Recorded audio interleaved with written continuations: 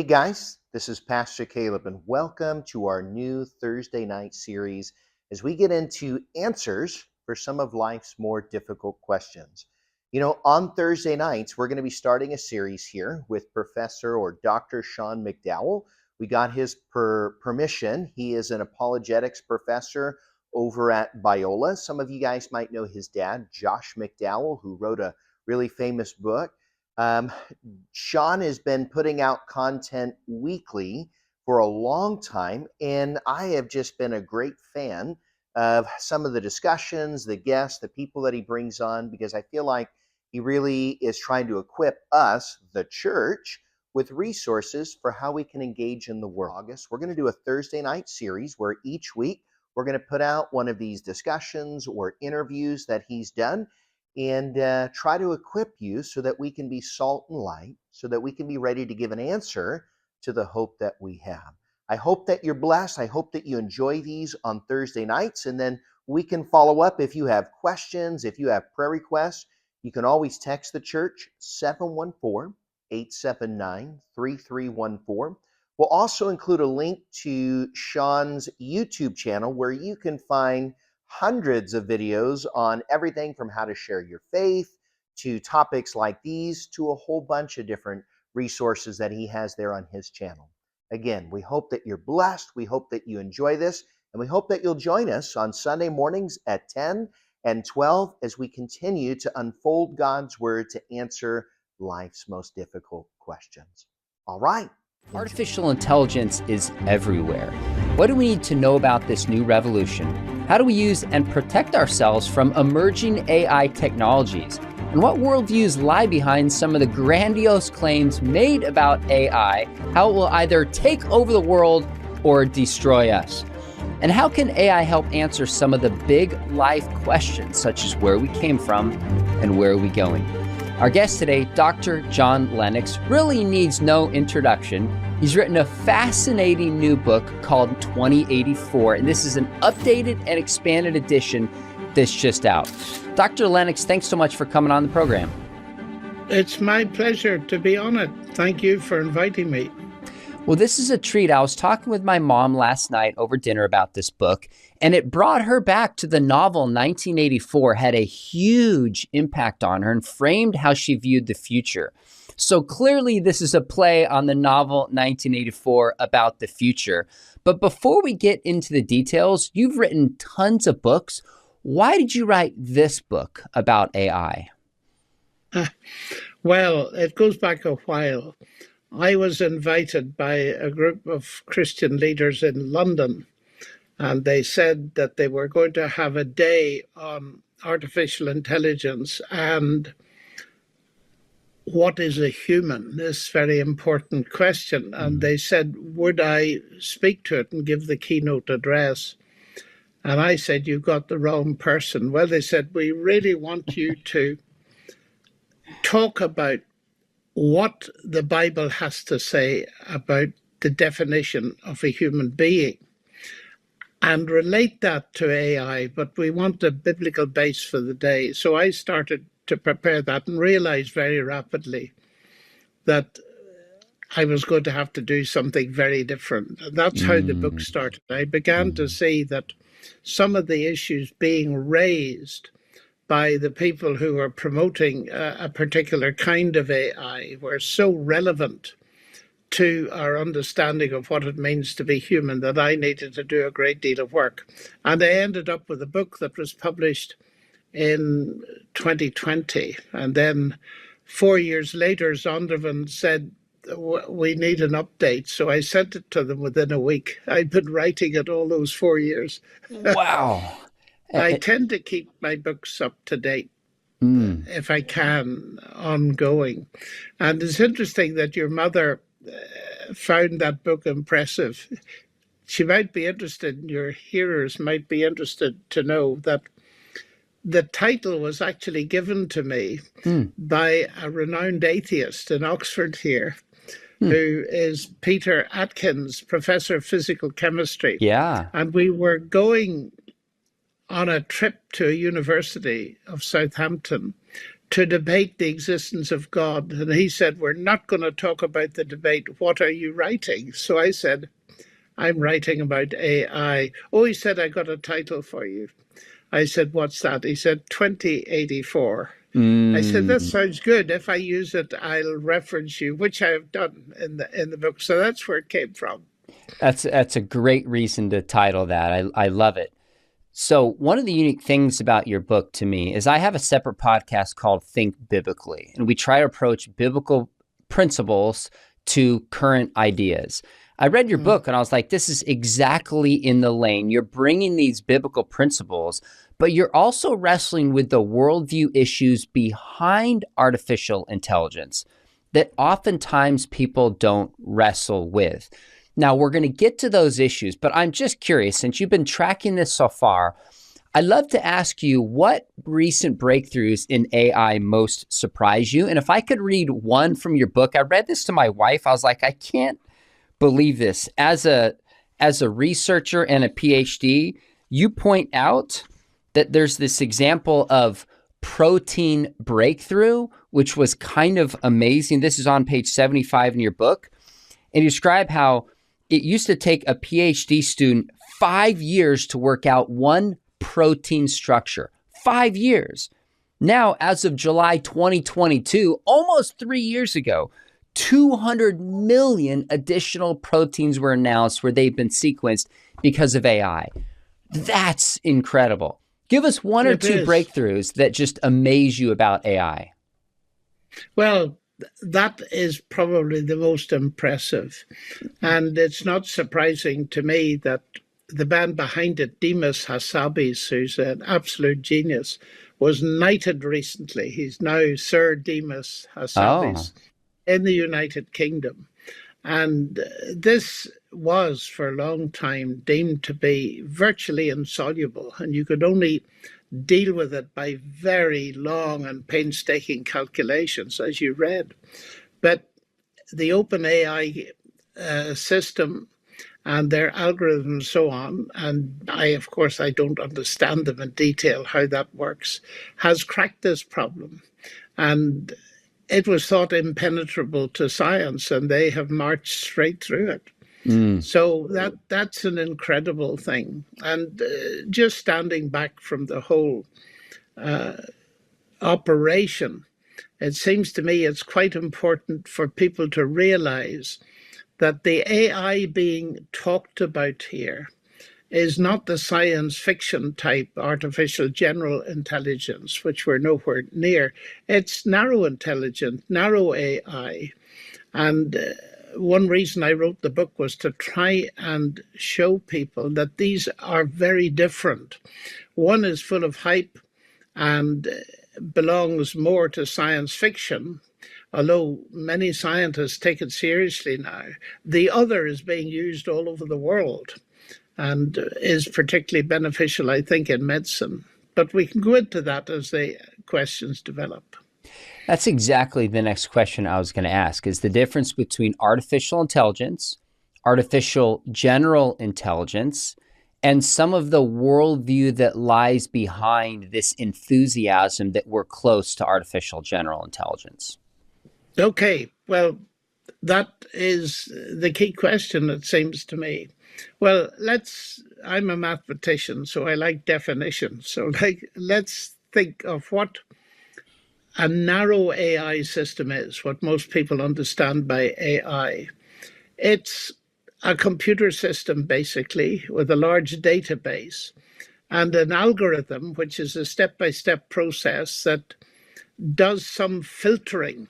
And it's much better to explain it by means of an example. So let's assume that our database is 1 million X-rays of human lungs, and they're labeled by the best medics in the world with the diseases that they represent.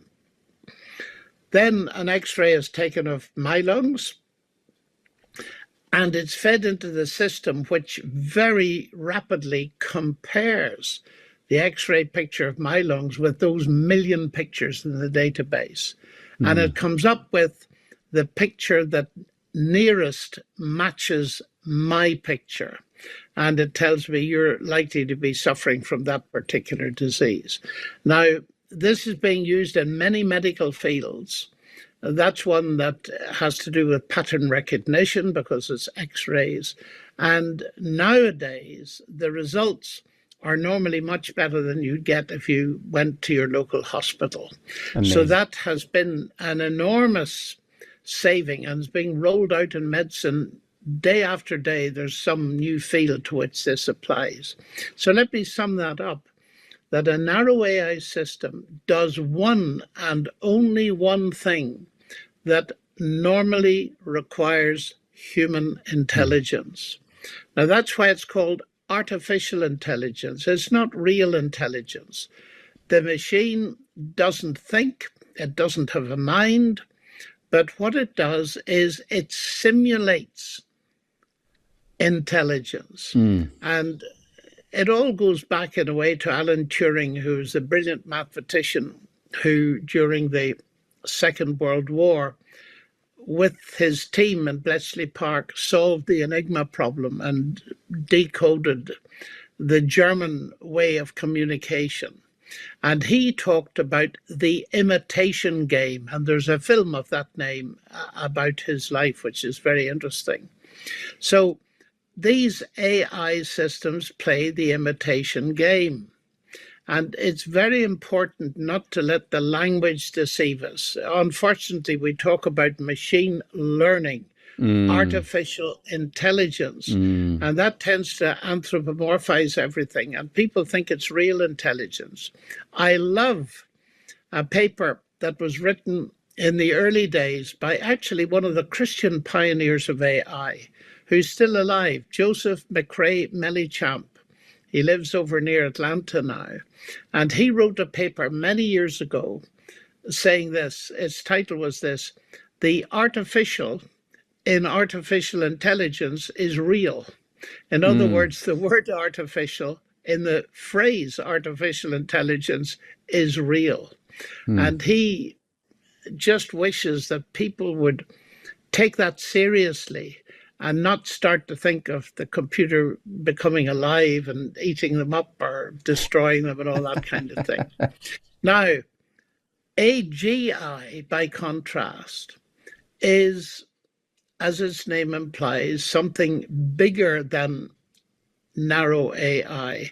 That is the idea of trying to produce some kind of system that we make that can imitate everything a human intelligence can do, and way beyond that, so that we get into terms like super intelligence and all this kind of thing. And there are two different ways in which people are trying to do that. The first is to start with human intelligence and enhance it by putting some kind of chips into your brain or cyborg engineering, and in the end, merging the human brain with machinery so that it can outperform normal human beings today. The other way is to say, look, the big problem with present day brains is that they are organic and they die. Why don't we start with a non-organic and inorganic material like silicon and build a simulated brain into which we can upload all our thoughts and ideas and so on? Now, of course, this is just speculation. And I can tell you why I think there are huge barriers in the place of that later. But that is the dream. Now, if that were just being said by science fiction writers, serious scientists would ignore it. But serious scientists aren't ignoring it. And you get at least some who have great hopes of doing something like this. One of them is a very notable scientist in this country. He's our astronomer royal, no less, a brilliant mathematical astronomer. And Lord Rees is his name.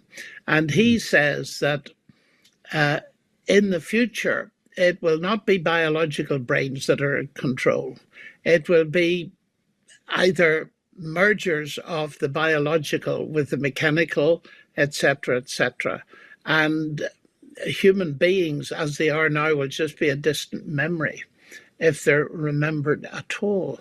And when you get serious scientists saying that, of course, the pulse quickens on behalf of some people. And there's quite a drive towards that. And that's why I thought, look, we need to say something about this, because that sort of thing is clearly raising very big worldview questions about what a human being is. Narrow AI doesn't so much raise worldview questions in that sense. It does raise serious ethical questions. And of course, ethics does depend on worldview. And it's not surprising that many of the people behind AI are atheists, but not all. There are some very notable exceptions, one in particular in the US and MIT, where Rosalind Picard has developed a whole field of AI on her own called affective AI. And its practical outcome is that she's developed smart, well, they look like smart watches, but they're worn by people who are liable to have fits. And these watches can predict if one's about to happen so that help can be summoned and the person's life saved, and they are saving many lives.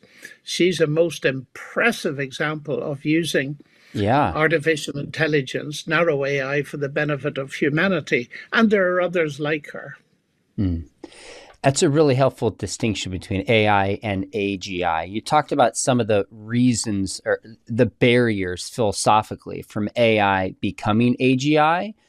I had a debate maybe, 4 or 6 months ago with the skeptic Michael Shermer about the origin of consciousness.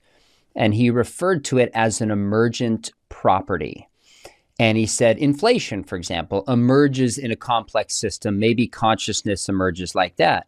Well, as I was reading your book, you talked about how in AI, there's new emergent like faculties that emerge. Like you teach AI a general skill, and then all of a sudden it learns these particular skills. We don't know how or why it emerged. Could that explain the origin of consciousness? That somehow it just emerges from complexity in a way we can't explain? Is that plausible? Why or why not? Well, I know Michael Shermer. I've debated him several times.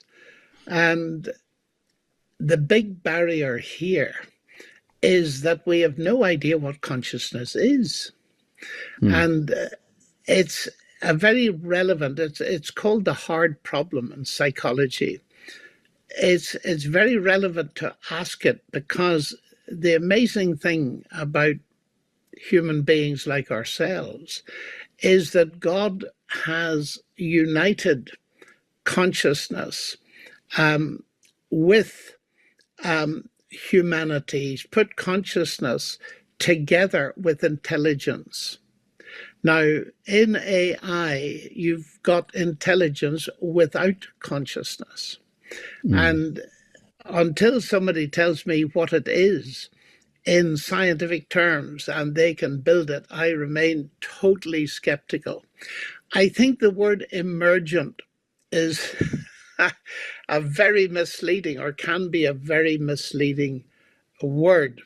And I always ask, it emerges how? Does it emerge naturally from what you've got, or does it need a catalyst? Or does it need additional intellectual and intelligent input, and so on? I remember once having a spat with Dawkins in a public meeting very many years ago, where he talked about word processing being an emergent phenomenon of a computer. And I said, it emerges only by very clever programming from a human intelligence. In fact, it's a very good example of intelligent design. It doesn't emerge on its own at all. And I think we've got to push back on that kind of emergence. It can cover a multitude of evils, and it's used by many people. And sometimes they have to say, well, it does emerge, but you need a catalyst, or you need an extra input of information, or you need this and you need that, and you need the other thing. So I'm very leery of its use on its own. And neither Michael Shermer nor anybody else has the faintest idea how anything that is material can carry something on it, in it, around it, that is aware of itself. We just know nothing. And until we know something from a scientific attitude, I remain even more skeptical of that than Michael Shermer is of the Christian faith. That's really fair. In some ways, I think emergent is a somewhat fancy word to say we have no explanation how this phenomena emerges. It just emerges. It's really like magic, as I see it. And I think there's a difference between an effect and between a cause. Now, we could unpack that at further, and you have a great section in your book on that. But I appreciate that you draw out. I talk with my students a lot. I teach class at Biola, and I talk about things like critical theory, consumerism. These are actually worldviews that answer life's biggest questions. And AI often does the same thing. Where did we come from? It has an explanation. What does it mean to be human? Where are we going in the future? Can we have eternal life? What's wrong with the world? So let's go back to the beginning, because you talk about this novel by the famous Dan Brown called Origin, and he envisions this mathematical model that explains the origin of life. Could deeper understandings of AI and a similar mathematical model help us understand how life could emerge naturalistically? I doubt it very much. I think that AI might help us to see how life could emerge by creation by an intelligence, because it may well reveal to us just some of the deeper layers of the complexity of life. I think it may well reveal that.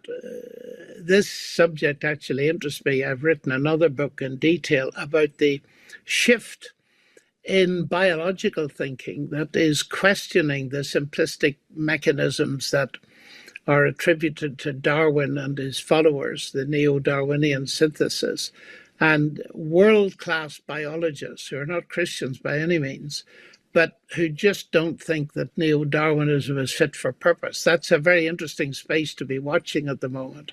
It's called The Third Way of Biology, and my book on it is Cosmic Chemistry: Do God and Science Mix? And people, some of your watchers or listeners might be interested in that.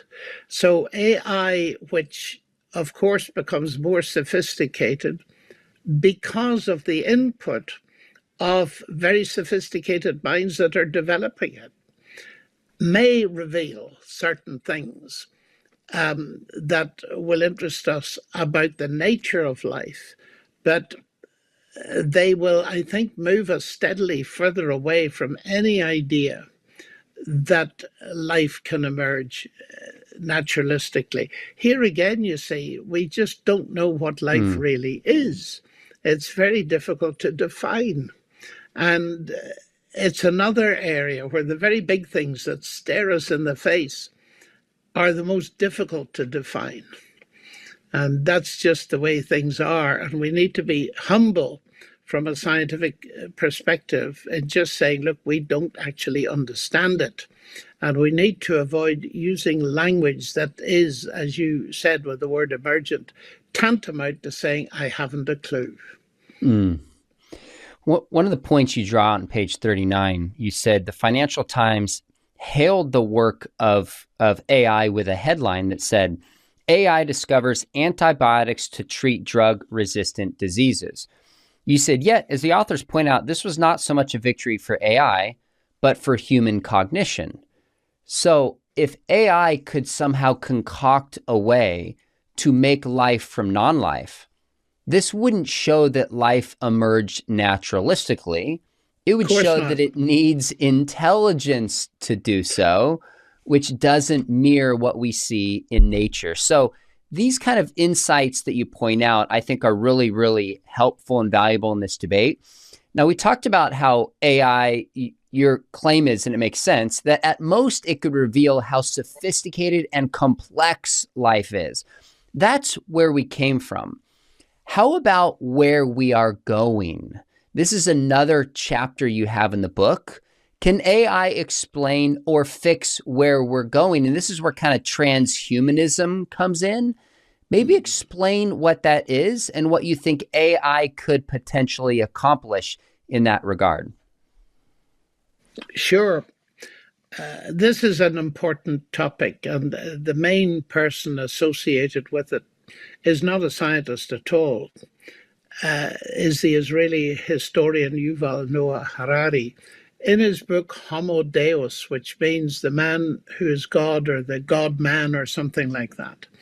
And that very title reveals to us what he thinks.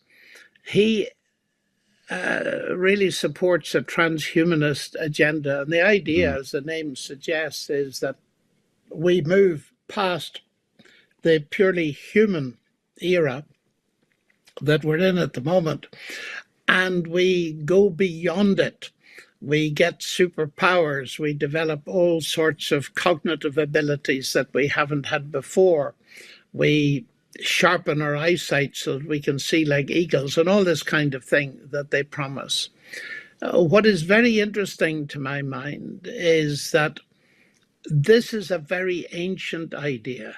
You see, the choice of the word Deus in the title, God in the title, is quite deliberate, because Harari talks about the timeline of creatures, if you like, but he says, well, we've managed to get past the evolutionary stage of animals and we become thinking humans. So now he says the age of natural selection is over. The next era is going to be the era of intelligent design, where we take over and reshape evolution and control it to produce what we want in the future. And his idea that we end up by producing gods with a small g. Now, when I read that originally, I thought, this is a very ancient heresy, really. And it's to be taken very seriously because of particularly what the Bible has to say about it, because it goes right back to the very beginning in Genesis 3. The very first assault on the human beings to drive a wedge between them and God was where God's enemy suggested, look, if you eat that forbidden fruit, you shall be as gods, knowing good and evil. And as we all know, they fell for it and didn't realize that the knowledge of good and evil is not knowledge in itself. It's the kind of knowledge you just don't want to have, because it brings death, destruction, and everything else into the world. And that grasping for divinity is something embedded in the fabric of human history. We see it surface even in biblical times, in the way in which emperors started to insist that they were treated as gods. You meet that particularly in the book of Daniel. You meet it very much in the Roman Empire. And Paul, when commenting on this in 2 Thessalonians, he has got this very interesting statement where he warns the people in the first century. He said, look, there's going to be a time come when a man of lawlessness, an extremely powerful leader, will arise who sits in the temple claiming to be God. Now, without going into the details, he says, look, what will lead to that is already operating in your society. Now, that's the bit that really grabs me. Paul is saying, look, down into the future, he doesn't say when, but he links it with the return of Christ. He says there will arise this leader who claims to be God. But watch it, because that very trend is visible in your society today. And it's very interesting that he did that, because according to the history in the book of Acts, Paul was only in Thessalonica for 3 weeks, and yet he was teaching people straight out of paganism about these events in the future, because there were seeds of that thinking being sown in his own day, and how much more today. And it seems to me that what Harari says fits very neatly into that kind of thing, that here we now have the technology to turn humans into gods. And on the journey to that, of course, we've had examples, horrific examples, of attempts to re-engineer humans. We had the Nazis in Germany, we had Stalin in Russia, and dear knows what has happened in China. But we move steadily towards that kind of situation where humans are not content to be model 101, so to speak, but want to turn themselves into gods. And that is a very dangerous idea, it seems to me. And one of the people that saw this and taught me it many years ago was C.S. Lewis. And we can go into what he said if you wish, but it seems to me that we need to be very wary of any attempt to turn human beings using technology, drugs, and all the rest of it into little gods, because it is likely to be absolutely disastrous for one clear reason. The reason the Nazi experiment failed and the Soviet experiment failed was they tried to build utopia without facing the moral problem of human sin and rebellion against God, and you can't do it. John, this is one of the most pointed parts of your book, because there's always been a promise of a new man in Marxism. Even in Freudianism, there's a promise of a new man if we free ourselves from kind of the, we embrace sexual libertinism, so to speak. We see it, the Nazis promising a new man. And it never works, because you said there's sin built into the world, built into our bodies, and there is a fixed human nature. So what would you say, how can and should we embrace transhumanism without going too far? What are some of the principles that should shape how much we can benefit from this without making the kind of mistake that you're talking about? Well, I think there are two things here. There's, first of all, enhancement, and then radical redesign. Let me give you an example. I'm looking at you and I can see you clearly right now because I'm wearing glasses. And those could have been glasses that you wouldn't see because they would just be sitting on my eyeballs, and presumably in the future they'll get more and more sophisticated. That is an enhancement to my vision, which has deteriorated with age. That's one thing. And of course, that's to be welcomed. But what that isn't doing is re-specifying what it means to be a human being. And C.S. Lewis, in 1940, he wrote a book called The Abolition of Man that I think everyone should read. Agreed. Because he saw what would happen if there came a day when a group of scientists could radically alter human beings in the sense that what they did would modify the specification of human beings into the future. In other words, in technical language, we would call it today altering the germline or changing the human germline. And Lewis made a chilling statement when he said what would be produced by that would not be human beings, it would be artifacts. And there's this sentence in the book: the final triumph of these scientists and humanity would be the abolition of man. In other words, it would be a step down rather than a step up. And that is what I fear. And I know, and I suspect most of us think, that there's somewhere in the world where experiments on the human germline are going on. There is a way of thinking that unfortunately is embraced by people who've not got a very strong moral compass, that if something can be done, it should be done. And experimentation on human fetuses and all this kind of thing to alter the germline, dear knows what has already happened.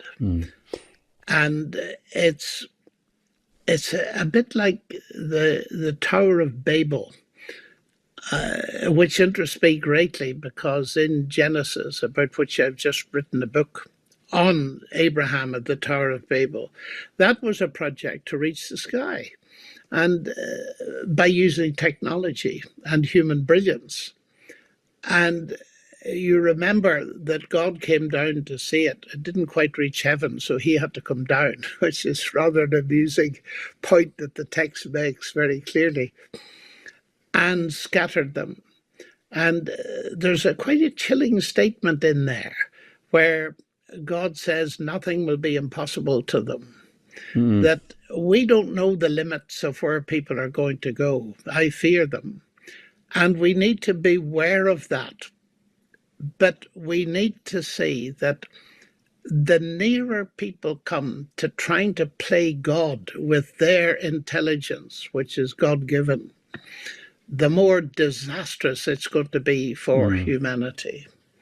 And it doesn't surprise me that, interestingly enough, when atheists put up an AGI scenario of superintelligence, many of those superintelligences they think about are not benign. They are evil. And Max Tegmark is a classic example of a brilliant physicist. And he has in his book Life 3.0 a whole group of possible AGI scenarios, but several of them involve the word God. And it is eerily like some of the things that Scripture says about the future. And that, by the way, gave me a reason when I noticed it to actually bring before the general public some aspects of biblical teaching that are not normally aired in public, particularly the book of Revelation and so on, with the simple reasoning that if we're prepared to listen to Tegmark talking about a totalitarian world state governed by a person who's in economic control of the entire planet, and if he wants us to take that seriously, as he seems to, why not take seriously a much older scenario that resembles it, but for which there's much more evidence?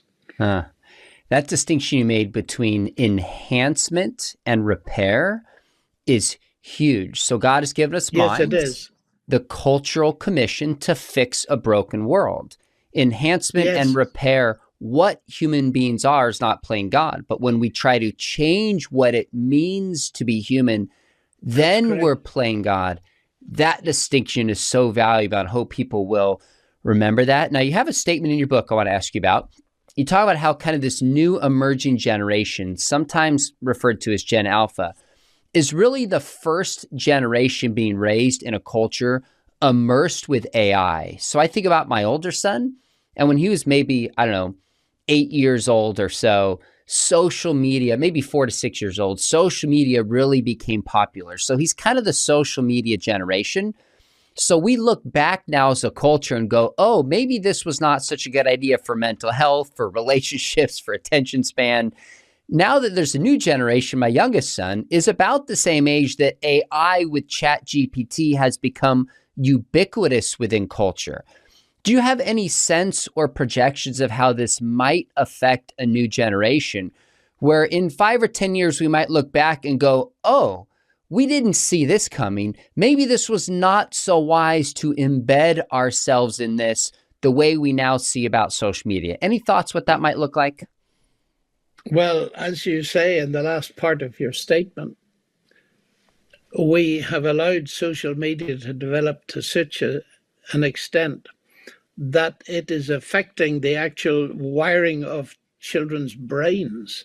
And governments are scared stiff of what's going to come out of that, shortening their attention spans, altering their ability, stopping them reading books. Even adults have been stopped. But the first frightening thing is what's happening with children's attachment to devices.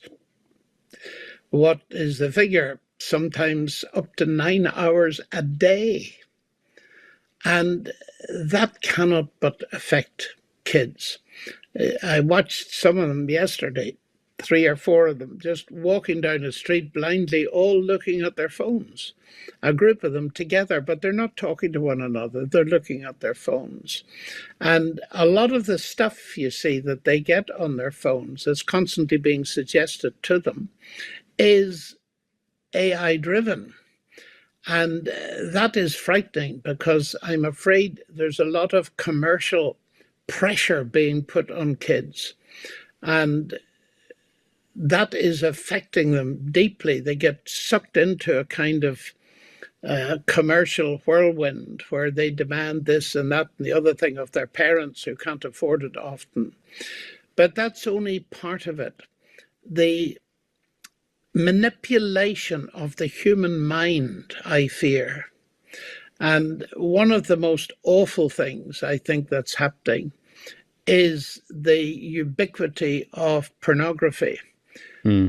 Sucking kids in and destroying their lives and robbing them of their childhood and all this kind of thing. And I don't know what it's like in the US, but they're talking in our government now of banning smartphones before the age of 16. How they're going to do that, I just don't know.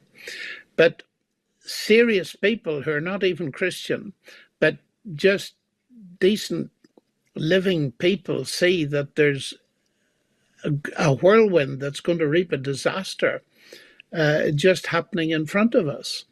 And it's interested me greatly the effect of some of the experiments of desperate parents. One in the UK where a mother persuaded 11 other mothers to remove the smartphones for their kids and take them away for a week in the outdoors. And they came back utterly transformed. They didn't really want to use the smartphones anymore, etc., etc.